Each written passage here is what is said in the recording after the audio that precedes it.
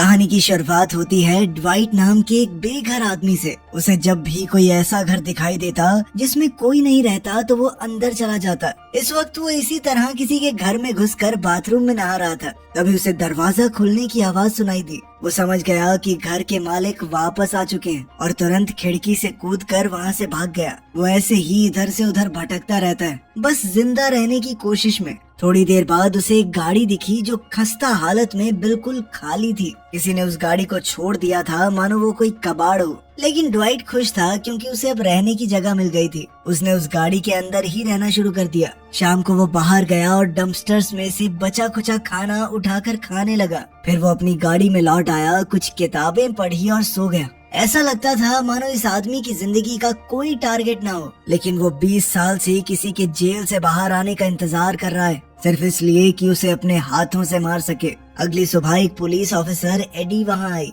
AD पहले से Dwight को जानती थी। उसने ड्वाइट को गाड़ी से बाहर निकाल कर कहा कि मैं नहीं चाहती तुम किसी तरह की मुसीबत में पड़ो, लेकिन वेड क्लीलैंड जेल से निकलने वाला है। वेड वही आदमी था जिसने 20 साल पहले ड्वाइट के माँ बाप को मार दिया था। ये सुनकर ड्वाइट के अंदर की आग जलने लगी। उसकी जिंदगी का एक ही मकसद था, वेड को मारना। अब उसे पता चल चुका था कि वेड बाहर आ रहा है, इसीलिए वो बदला लेने की तैयारी करने लगा। उसने उस पुरानी कार के अंदर नई बैटरी डलवाई ताकि वो सही तरीके से चल सके। वेड वर्जीनिया की एक जेल से छूटने वाला था तो उसे भी वहीं जाना पड़ेगा। इसके लिए वो एक बंदूक की दुकान में गया, लेकिन वहाँ बंदूकें इतनी ज्यादा महंगी थी कि वो कुछ खरीद नहीं पाया। फिर उसने अपनी बहन को एक लेटर लिखा और एक पार्किंग में गाड़ियों के शीशे तोड़ने लगा, इस आस में कि कहीं किसी गाड़ी में उसे बंदूक मिल जाए। कुछ देर बाद उसे एक बंदूक मिल भी गई, लेकिन उसके ट्रिगर के ऊपर लॉक लगा हुआ था। ड्वाइट बार बार कोशिश करता रहा उस लॉक को तोड़ने की, लेकिन लॉक तोड़ने के चक्कर में उसने पूरी बंदूक ही तोड़ दी।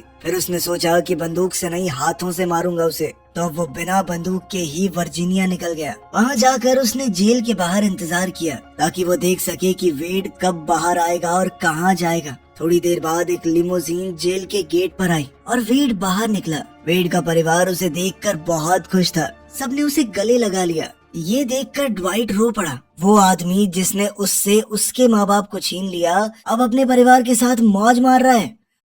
जैसे ही वो लोग वहाँ से चले, ड्वाइट उनका पीछा करने लगा। थोड़ी देर बाद वेड का परिवार एक बार में रुक गया थोड़ी पार्टी करने के लिए। ड्वाइट गुस्से से पीछे की तरफ से बार में घुस गया और जल्दी से बाथरूम में छुप गया। उसने इंतजार किया कि वेड बस अकेले अंदर आए। थोड़ी देर बाद जैसे ही वेड अंदर आया, ड्वाइट ने तुरंत बाहर निकलकर सबसे पहले वेड के गले पर हमला किया, लेकिन इस हमले से वेड जिंदा बच गया और उसने ड्वाइट के ऊपर एक के बाद एक हमले शुरू कर दिए। लेकिन ड्वाइट ने भी हार नहीं मानी। उसने दोबारा हमला किया और इस बार वेड के माथे में छुरा घुसा दिया। वेड जमीन पर गिर गया, बस उसकी आखिरी सांसें चल रही थी। अब उसका मरना तय था तो ड्वाइट तुरंत वहाँ से निकलने लगा। उधर वेड के परिवार को भी शक हो गया कि कुछ तो हुआ है। इतनी देर से बाथरूम में क्या कर रहा है वो सब जल्दी से बाथरूम की तरफ बढ़े। ड्वाइट बाहर निकला और सबसे पहले वेड की गाड़ी का टायर पंचर कर दिया और फिर अपनी गाड़ी में बैठ गया। उसने देखा कि उसके हाथ पर बहुत गहरा कट लग गया था, जिससे बहुत तेजी से खून निकल रहा था। वेड के साथ उसकी लड़ाई के दौरान शायद उसकी गाड़ी की चाबी अंदर ही गिर गई थी, तो उसने सोचा कि वेड की गाड़ी लेकर ही भाग जाता हूँ। वो तुरंत बाहर निकला और वेड की गाड़ी में घुस गया। किस्मत से चाबी गाड़ी के अंदर ही लगी हुई थी।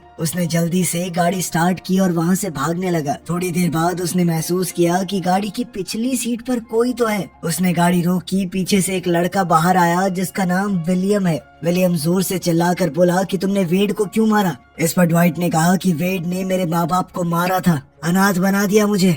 ये सुनकर वो लड़का घबरा गया और वहाँ से भागने लगा। विलियम के हाव भाव से ड्वाइट थोड़ा सोच में पड़ गया। अब उसे लग रहा था कि शायद उसने गलत आदमी को मार दिया। कहीं ऐसा तो नहीं कि वेड ने किसी और का इल्जाम अपने सर पर लिया हो। फिर उसे आगे खाली घर दिखाई दिया। देखने से ऐसा लग रहा था कि यहाँ काफी समय से कोई नहीं आया। ड्वाइट अंदर चला गया ताकि अपना हुलिया बदल सके। सबसे पहले उसने अपने लंबे बाल और दाढ़ी काट दिए ताकि कोई उसे पहचान न सके। फिर नहा धोकर एकदम साफ सुथरा आदमी बन गया। उसने अपने हाथ पर पट्टी बांधी और नए कपड़े पहने। फिर उसने टीवी पर सभी न्यूज चैनल देखे, लेकिन कहीं भी वेड की मौत की खबर नहीं थी। फिर वो घर से बाहर आया। बाहर उसने एक ट्रक देखा और ट्रक ड्राइवर से लिफ्ट मांगी। अब वो अपनी बहन सैम से मिलने जा रहा था। सैम के पति की मौत हो चुकी थी। वो अपने 2 बच्चों के साथ अकेली रहती थी।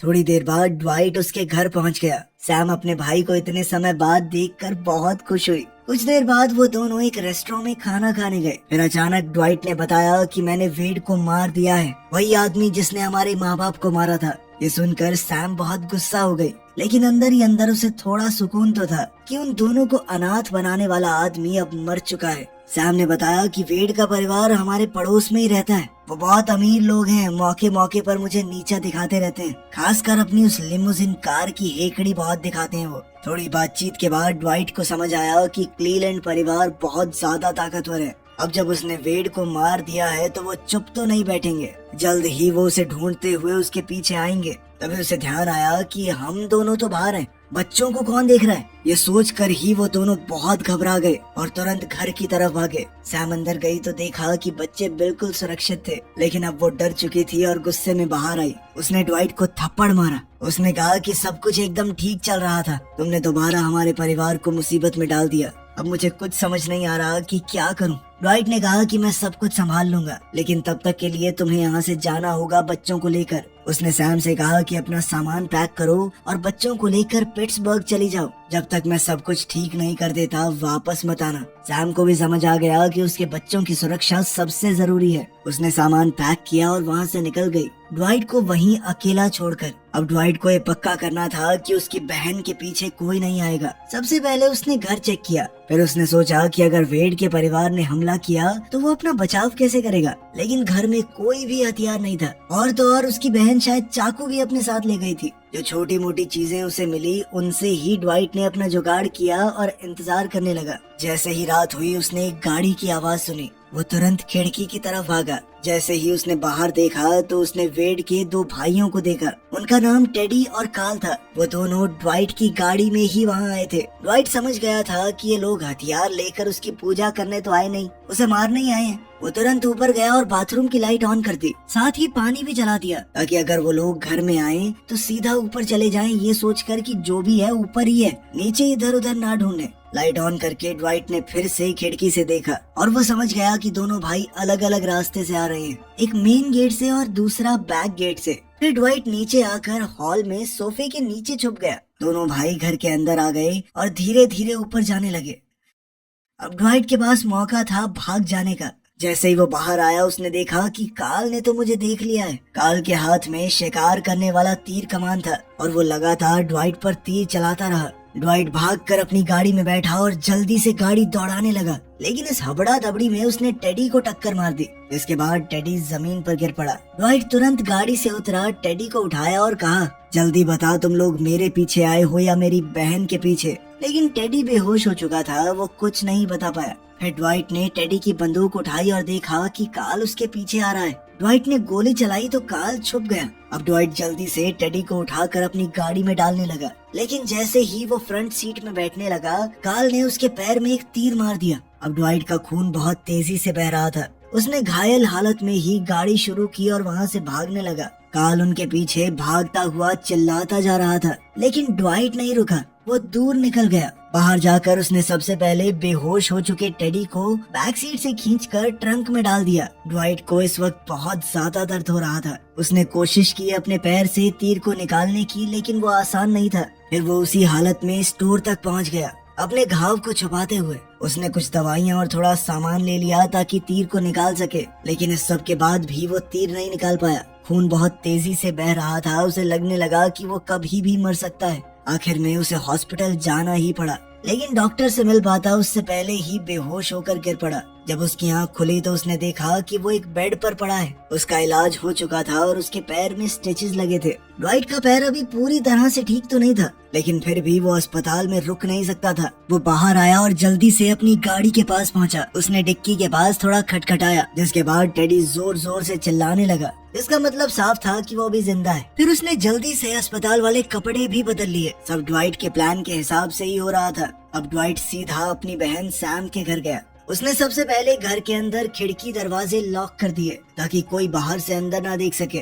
उसने सभी लाइट्स बंद कर दी और घर को साफ करके वापस गाड़ी में आया। गाड़ी में बैठकर वो सैम की पुरानी एल्बम देख रहा था, जिसमें उसकी बचपन की तस्वीरें थी। अभी टेडी बार बार चिल्लाने लगा कि मेरा पैर टूट गया है और प्यास बहुत लगी है, लेकिन ड्वाइट ने उसकी बातों पर ध्यान नहीं दिया। बस एल्बम देखते हुए अपने बचपन के खुश दिनों को याद करने लगा। यहीं उसे अपना पुराना दोस्त दिखाई दिया जिसका नाम है बेन। उसे देखकर ड्वाइट ने सोचा कि वो बेन से मिलने जाएगा। वो गाड़ी चलाकर बेन के घर पहुंच गया, लेकिन वहाँ सिर्फ उसकी माँ मिली। बेन की माँ ने बताया कि बेन को यहाँ से गए हुए लगभग साल हो चुका है, लेकिन उसने ड्वाइट को पहचान लिया क्योंकि वो उसका बचपन का सबसे अच्छा दोस्त था। उसने ड्वाइट को बेन का कार्ड दिया और बताया कि अब वो शहर में रहता है और ये उसका एड्रेस है। ड्वाइट फिर से गाड़ी चलाकर कुछ घंटों में एड्रेस पर पहुंच गया।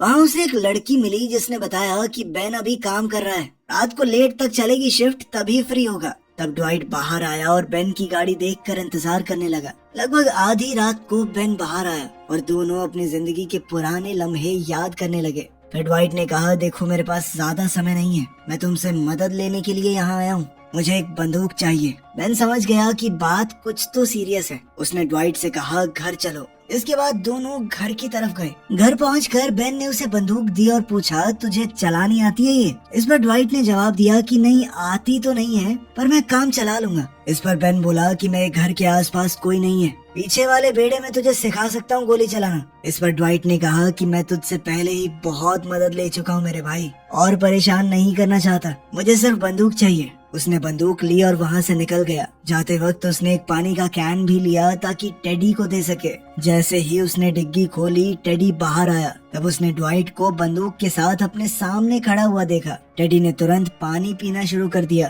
ड्वाइट ने पूछा कि तुम मेरे घर क्यों आए थे, मुझे मारने या मेरी बहन को? तो टेडी ने कहा कि हम तुझे मारने आए थे साले। इसके बाद उसने कुछ ऐसी बातें बताई जिसने ड्वाइट को हिला कर रख दिया। टेडी ने कहा कि तुझे लगता क्या है, तेरा बाप बहुत शरीफ इंसान था, उसका चक्कर चल रहा था मेरी माँ के साथ। जब मेरे बाप को इस बारे में पता चला तो वो गुस्से में तेरे घर गया तेरे बाप को मारने, लेकिन वो कभी तेरी माँ को नहीं मारना चाहते थे, उनकी कुछ गलती नहीं थी उस सब में, लेकिन बीच बचाव में वो भी मारी गई। तब पापा ने अपनी जगह वेड को जेल भेज दिया क्योंकि वो अभी 18 से कम था, उसे कम सजा होगी। ये सुनकर ड्वाइट परेशान हो गया। उसने कहा कि मैं ये सब हमेशा के लिए खत्म करना चाहता हूँ, मैं नहीं चाहता मेरा परिवार दोबारा इस सब में घसीटा जाए। मैं मानता हूँ मैंने तेरे भाई को मारा है, उसके लिए मैं पुलिस के सामने सरेंडर भी कर दूंगा। इस पर टेडी ने कहा कि हमारा परिवार ऐसी बातों से नहीं चलता, हम कानून के हिसाब से नहीं अपने हिसाब से चलते हैं। अब तो तेरा पूरा परिवार मरेगा, तेरी बहन और उसके बच्चे भी। ये सुनकर ड्वाइट ने गोली चलाई और टेडी डर गया। ड्वाइट ने उसे फोन दिया और कहा कि अपने परिवार से बात कर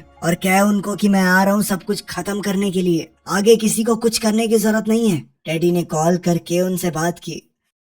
कुछ देर बाद ड्वाइट आगे आया टेडी से फोन लेने के लिए। यहाँ टेडी को मौका मिल गया और उसने ड्वाइट के ऊपर हमला करके उससे बंदूक छीन ली। उसने कहा कि हमारे परिवार के अपने रूल हैं, मेरे पिता ने 2-2 खून करके भी सजा नहीं काटी, आखिर में कैंसर से मरा है वो, और अब तू भी मरने वाला है। अब वो ड्वाइट पर गोली चलाने ही वाला था, तभी पास से गोली आई और टेडी का हो गया पट से हेडशॉट। ये गोली बेन ने चलाई थी जिसे अपने दोस्त की चिंता हो रही थी। उसने ड्वाइट को उठाया और कहा कि मुझे पता था तुम कुछ तो गड़बड़ करोगे, इसीलिए तुम्हारा पीछा कर रहा था। उसने ड्वाइट को बंदूक दी और कहा कि तेरे हाथ में बंदूक तो है और तू इसे चलाना नहीं जानता, अगर गोली निशाने पे ना लगे तो बंदूक का कोई फायदा नहीं है। फिर बेन ने उसे ट्रेनिंग दी और धीरे धीरे ड्वाइट थोड़ा और बेहतर होने लगा। ट्रेनिंग के बाद बेन ने उसे एक बंदूक, पैसे और थोड़ा खाना दिया, साथ ही कहा कि तेरी दिक्कत मेरी दिक्कत, दोनों भाई साथ चलेंगे। लेकिन ड्वाइट ने मना कर दिया। उसने कहा कि तू मेरी जान पहले ही बचा चुका है मेरे भाई, मुझे जितनी मदद चाहिए थी मिल चुकी है,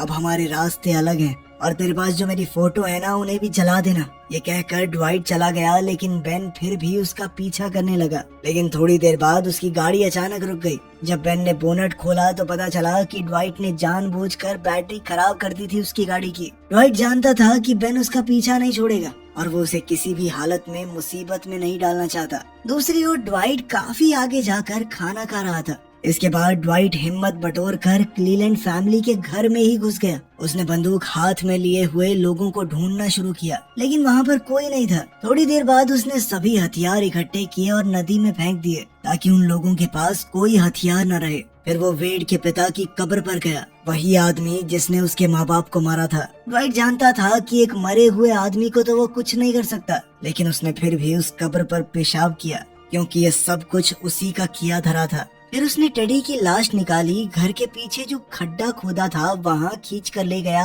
और दबा दी। फिर उसने लाश को अच्छे से दबा दिया और घर के अंदर बैठकर इंतजार करने लगा कि ये सब लोग कब आएंगे। उसने हर जगह जाल बिछाए हुए थे पर कोई नहीं आया। जब शाम को अचानक से घर की लाइट जल गई तो वो डर गया। उसने बंदूक उठाई और देखने लगा कि कौन आया है। फिर उसे समझ आया कि ये लाइट तो ऑटोमेटिक थी, शाम को 8 बजे जल जाती हैं। अब उससे और इंतजार नहीं हो रहा था। उसने अपने घर का नंबर मिलाया और मैसेज छोड़ा कि वो सब कुछ खत्म करना चाहता है। उसे उनके परिवार से कोई दुश्मनी नहीं है, बस उस आदमी से थी जिसने उसके माँ बाप को मारा। लेकिन अगर वो उसकी बहन के पीछे गए तो वो किसी को जिंदा नहीं छोड़ेगा। कुछ घंटों बाद क्लीलैंड परिवार के लोग वापस आए। 3 लोग घर में घुसे, कार्ल और उसकी 2 बहनें। उनकी बातों से ड्वाइट को पता चला कि उन्हें सैम के बारे में सब कुछ मालूम पड़ गया है, कि वो अभी पिट्सबर्ग में है और जल्द ही वो उसे मारने वाले हैं, साथ ही उसके दोनों बच्चों को भी। ये सुनकर ड्वाइट को बहुत गुस्सा आया और उसने सीधा कार्ल को गोली मार दी। अब सिर्फ उसकी 2 बहनें बची थी।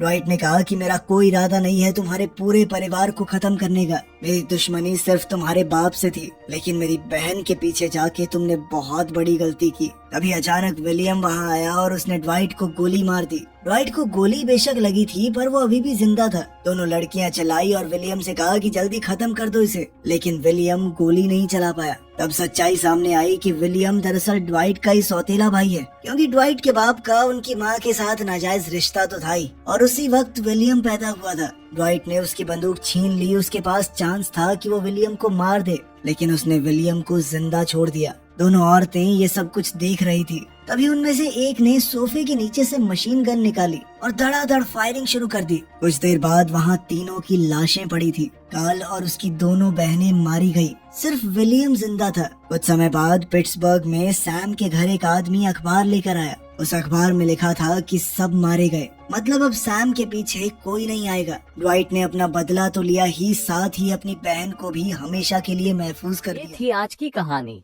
अगर पसंद आए हो तो लाइक करें, सब्सक्राइब करें और सिने प्रो इनसाइट के साथ हर कहानी का असली राज जानें।